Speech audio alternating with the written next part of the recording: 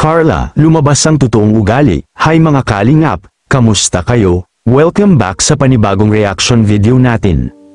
At ang pag-uusapan natin ngayon ay ang love team na talaga namang sinusubaybayan ng marami. Walang iba kundi ang Jomcarl o Jomar at Carla.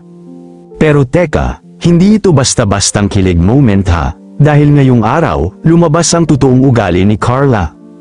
Oo mga kalingap, nagtaas ng boses si Carla kay Jomar. Bakit nga ba? Anong matindi ang pinanggalingan ng galit ni Carla? Ganito kasi yun, napag-alaman ni Carla na may ibang babae sa kwarto ni Jomar. Pagdating niya, sila lang daw dapat ang magkikita, pero laking gulat niya nang ang tagal buksan ng pinto. Pagpasok niya, may babae ngang nandoon sa loob kasama ni Jomar. Nako, kung tayo nga ang makakita ng ganon, siguradong masakit, di ba? Kaya si Carla, hindi napigil ang magtaas ng boses, dala na rin ng matinding emosyon. Usap tayo. May vlog kasi, sabi ni Kuya Ram. Kaya nga, pero mamaya pa naman yun, tsaka in-expect ko, mamaya pa talaga at umuulan. Gusto surprise ka sana eh. Kasi, parang ako yung surprise. Bakit? Sino ba kasi? Wala nga. Tropa namin hindi. Naguluhan si Carla. Hindi niya agad maipaliwanag ang naramdaman, lungkot, sakit, at selos. Kaya ang tanong niya, diretsahan, sino yung babaeng yun sa kwarto mo, Jomar? Pero eto ang mas masakit, tahimik si Jomar, hindi agad nakasagot. Kaya naman si Carla, malakas ang kutob, baka nga totoo, baka may iba na si Jomar. Sa sobrang sama ng loob, muntik nang mag-walk out si Carla, pati si Kalingap Rab, nadamay na.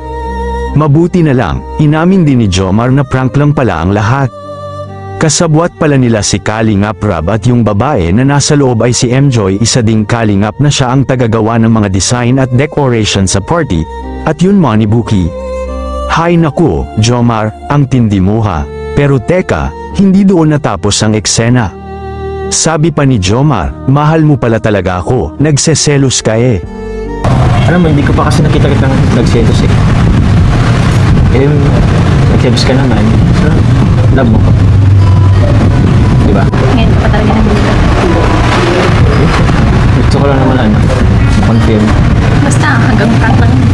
Pag totoo, mag-usapan niya. Hindi ko naman magagawa yun. Pure prank lang naman talaga yun. Hindi ko yung gagawin sa'yo.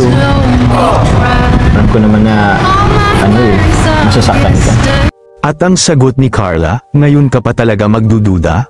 Grabe, diretso, totoo, at may kurot, pero ang pinakamatindi, eto ang sinabi ni Carla kay Jomar.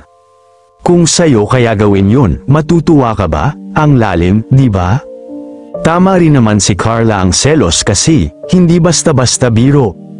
Sa huli, humingi rin ng formal na sorry si Jomar.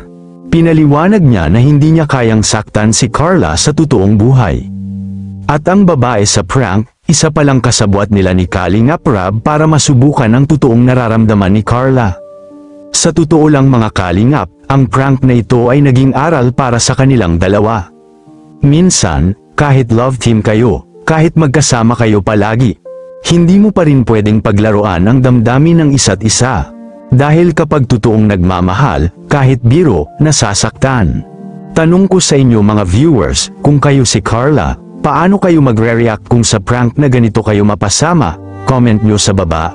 At ang aral natin ngayon, huwag laruin ang damdamin ng taong tapat sa'yo.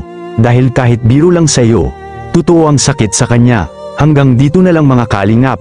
Huwag kalimutang i-like, mag-comment, at i-subscribe. Ito po ulit si Kalingap Jago. At ito ang totoong reaction sa totoong damdamin.